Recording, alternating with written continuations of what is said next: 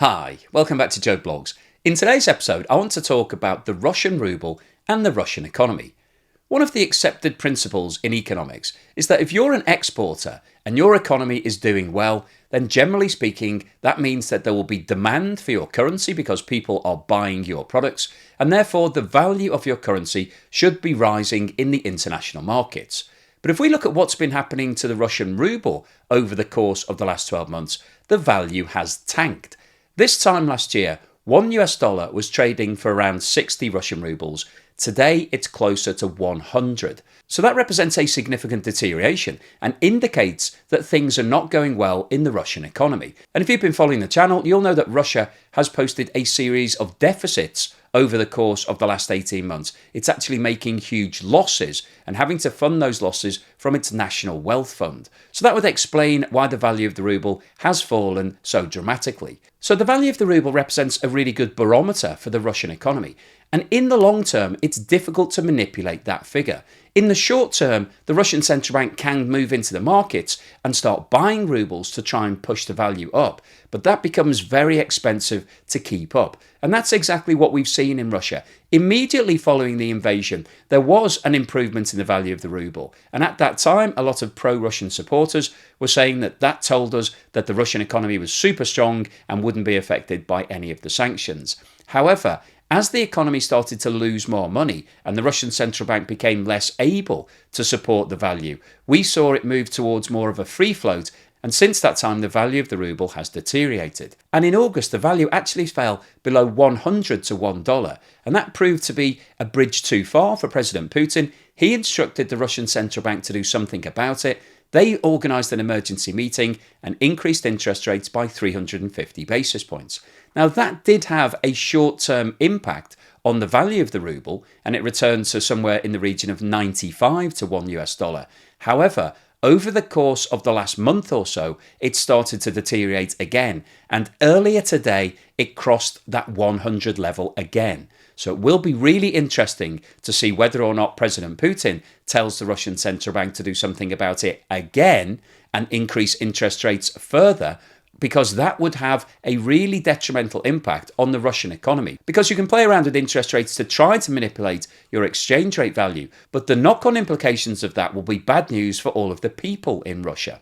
Now, whenever I post a video like this, I always get a lot of comments from pro-Russian supporters saying that I'm being anti-Russian, and actually the value of the ruble doesn't really have any bearing as to what's happening in the Russian economy. Now, I try to remain as balanced and neutral as possible in these videos, but one thing that is really concerning about what's happening in Russia right now is the fact that Russia introduced a ban on the export of all refined fuel products on the 21st of September. And as at the time of making this video, that ban is still in place. Now, Russia makes around $250 million per day from the export of refined products. So that means that whilst the ban's in place, Russia is losing $1.75 billion per week. So far, Russia is down by around $3.5 billion. And if that ban continues to remain in place, that's going to have a serious impact on the Russian economy because they need as much income as they can get right now. So introducing a ban on the export of its most valuable export product really doesn't make sense if things are going fine in the Russian economy. And when I posted a video on that specific topic recently, I got a lot of comments from people saying these are planned shutdowns for the refineries. This is what Russia was planning to do. It's not a problem. But if that is the case, it does seem very unusual that Russia had planned to introduce a ban on the export of its most valuable product at a time when it needs the cash the most. So in today's video, I'll have a look at exactly what's going on with the value of the ruble.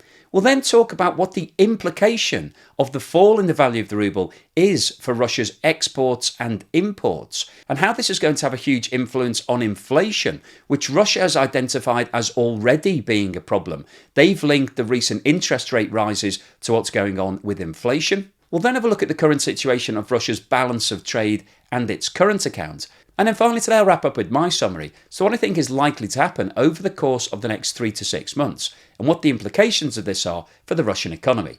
But before we get started on all of that, once again, thank you so much for all the great comments that you've been sending me recently. I'm trying to keep these check shirts coming, so keep watching out for that. And if you'd like to see more videos like this that I'm not posting on YouTube, and also find a way of avoiding all of the adverts that you keep seeing, then please check out my Patreon channel. However, if you don't like Patreon and you'd like to support the channel, please have a look below where you'll find links to buy me a coffee, as well as YouTube's super thanks and membership scheme.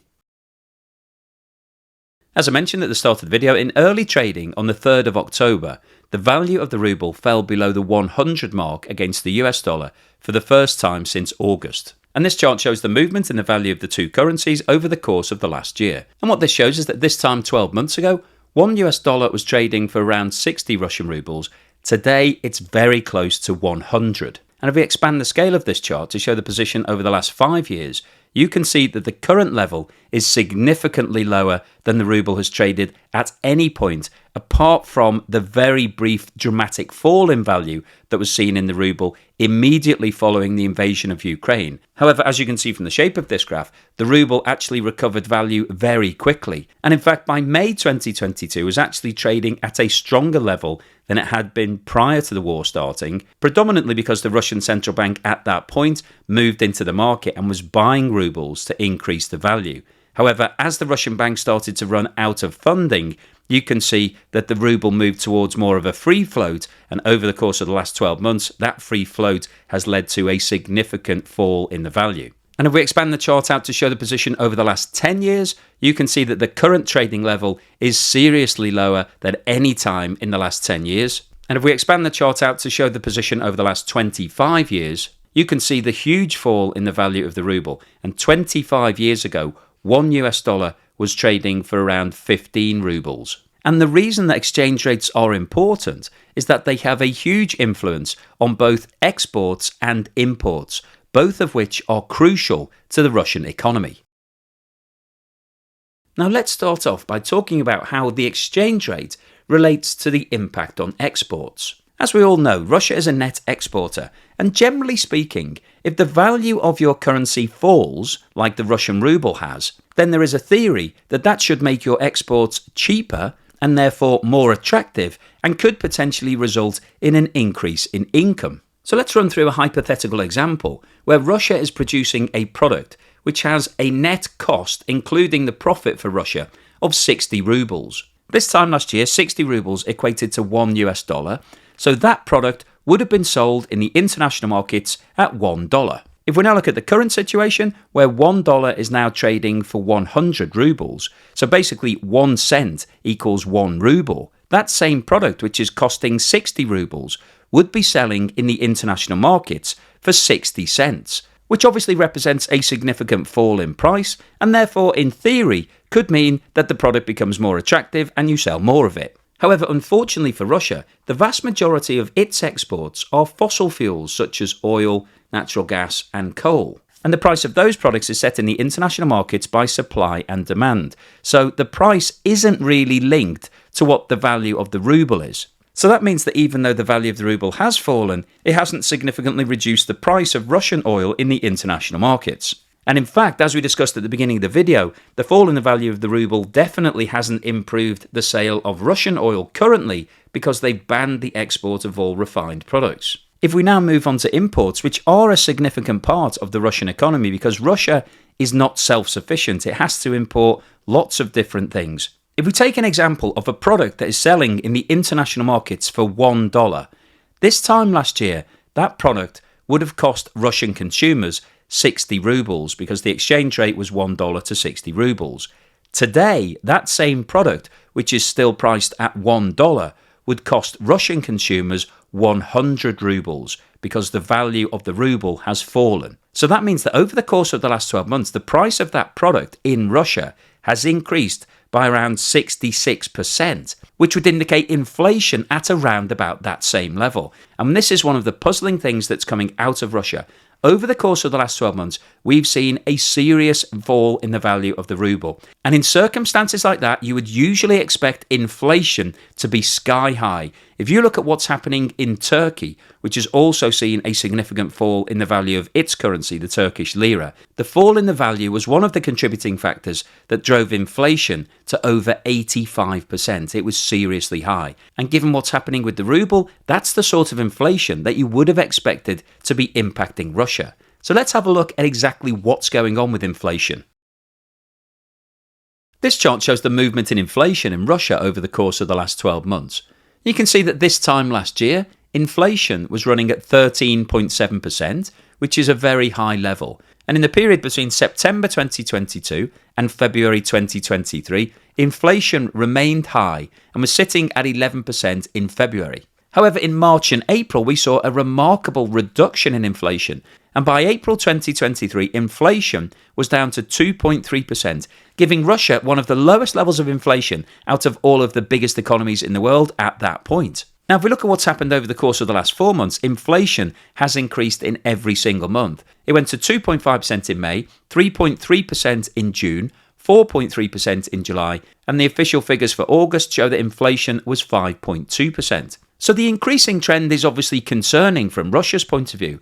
But as we've just discussed, the value of the ruble has absolutely tanked over the course of the last 12 months. And therefore, what we would have expected to see in terms of inflation was month-on-month increases to a much higher level than 5.2%. 30, 40 or 50% inflation would not be unreasonable given the significant fall in the ruble. So the shape of this chart is definitely unusual. There is no real explanation as to why inflation fell so dramatically in March and April, or why inflation has started rising over the course of the last 4 months. So let's have a look at what's been going on with interest rates, because they usually have a very close link to what's happening with inflation. This chart shows the movements in interest rate in Russia dating back to the start of 2022. And as you can see, immediately following Russia's invasion of Ukraine, the Russian central bank hiked interest rates to 20% as an emergency measure to try to stop hyperinflation hitting the economy. However, bizarrely, over the course of the following 4 months, interest rates were then reduced rapidly and actually came down to a level that was lower than Russia had before the war started of 7.5%. However, as you can see from the right-hand side of this chart, over the course of the last 3 months, Russia has increased its interest rates significantly from 7.5% to 13%, and the official party line is that that is because of rising inflation. However, as we just saw from the inflation chart, inflation isn't really at a level of major concern in Russia right now. When the first interest rate increase was introduced in July, the official rate of inflation was actually 3.3%, which is below the 4% target for the Russian central bank. And in August, when the emergency rate increase of 350 basis points was introduced, the official rate of inflation was 4.3%, which was bang on the target rate. So when you look at the inflation data, it doesn't really justify the huge increases in interest rates that have been introduced, which indicates that these rate increases were brought in predominantly to improve the value of the ruble. However, as we've seen from today's data, those interest rate increases haven't had that desired effect. The long-term value of the ruble has not improved. And the issue that Russia is now facing is that they've got to live with the long-term impact of increased interest rates. And as we've talked about many times before on the channel, when you increase interest rates, it increases the cost of borrowing, so therefore discourages companies and individuals from taking on new loans. But also it can increase the cost of existing borrowing if you have floating loans such as credit cards, and therefore the overall impact of increased interest rates is usually to reduce spending and investment in your economy and lead to a slowdown, which is the last thing that Russia needs right now. It actually needs a boom in spending. It needs to stimulate its economy rather than strangling it by increasing interest rates. This chart shows the movement in Russia's balance of trade over the course of the last 12 months. And the balance of trade is basically the difference between the value of all of your exports and the cost of all of your imports. And one thing to note about this chart is that the scale on the right-hand side doesn't start at 0. It actually starts at 5 billion rubles and goes up to 25 billion rubles. And what this chart shows is that in August 2022, Russia had a positive balance of trade of 25.3 billion rubles. The balance of trade fell to 23 billion in September, 18.5 billion in October and November. but then rose again to 24.7 billion in December 2022. However, in 2023, we have seen a significant fall in the balance of trade, and this is being driven predominantly by the sanctions and the European ban on the import of all Russian crude oil that was introduced on December the 5th, and also on refined products on February the 5th. And if we look at the current balance of trade figure, you can see that in July 2023, Russia achieved positive balance of trade of 5.5 billion rubles, which is roughly around $55 billion, which represents a fall of over 78% compared with the situation 12 months ago. And of course, these balance of trade figures don't include any impact of the ban on refined oil exports that Russia introduced on the 21st of September, which will make matters significantly worse because the value of Russia's exports will fall, while the value of its imports are also likely to go up because of the fall in the value of the ruble. And if we expand the chart out to show the balance of trade over the course of the last 5 years, you can see that the current levels are equivalent to where Russia was trading during the COVID-19 pandemic, which was an exceptional period when the world closed down. That was basically the lowest point that anybody has traded at any time in history. And this really puts into perspective how serious the situation is currently for Russia. And this chart shows the movement in the value of Russia's current account, which is essentially Russia's checking account. It tells us how much cash they have left over from all of their trade. And we start off by looking at the situation in January 2021, which was when the world was starting to come back to life after the COVID-19 pandemic, but a lot of businesses were still struggling. Russia's current account surplus at that point was around 6.5 trillion rubles, which equates to around $65 billion. However, over the course of the following 6 quarters, Russia built up its current account, and by the end of the second quarter of 2022, the current account surplus was sitting at 76.7 trillion rubles. However, as you can see, over the course of the last 4 quarters, there has been a significant reduction in the value of the current account. And at the end of the second quarter of 2023, it was down to 9.5 trillion rubles, or around $95 billion, which is the lowest level that it's been at since the second quarter of 2021. And this significant fall in the value of the current account is one of the reasons why the Russian central bank is no longer able to step into the international markets and support the value of the ruble, because they simply don't have enough spare cash to be able to do that.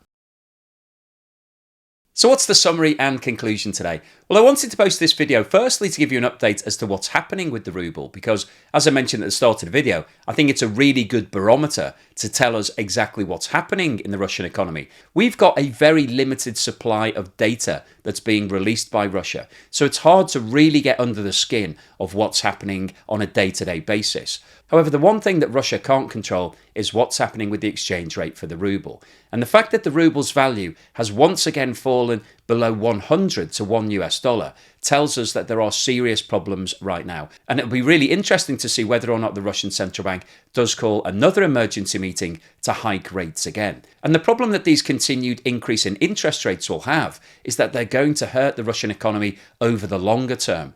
Interest rates are a mechanism that are used predominantly to try to manage inflation. Now, as we saw from the data earlier in the video, Russia's inflation actually isn't that bad right now. It has been rising over the last few months and is now sitting at 5.2%. But when you compare that to what's happening around the rest of the world, 5.2% is generally accepted as being okay. A lot of countries have a target of 2%.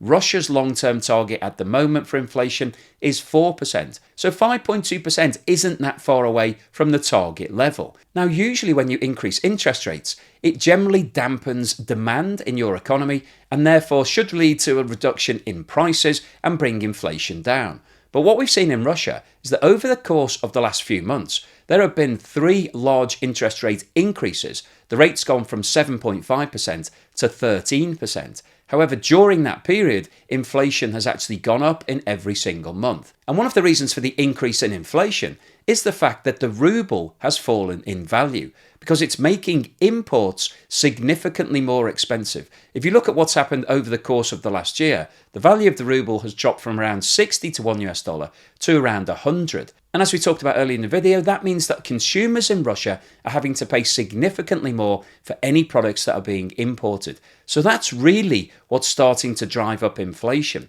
So increasing interest rates may potentially have a short-term benefit in terms of improving the value of the ruble. But as we saw from the August hike of 350 basis points, it didn't last very long. And the reason for that is that the fundamentals in the Russian economy are not strong at the moment, and therefore there's no demand for the ruble and the value is falling. So increasing interest rates isn't going to solve the problem. What Russia really needs to do is fix its economy. But what's happening right now is the opposite.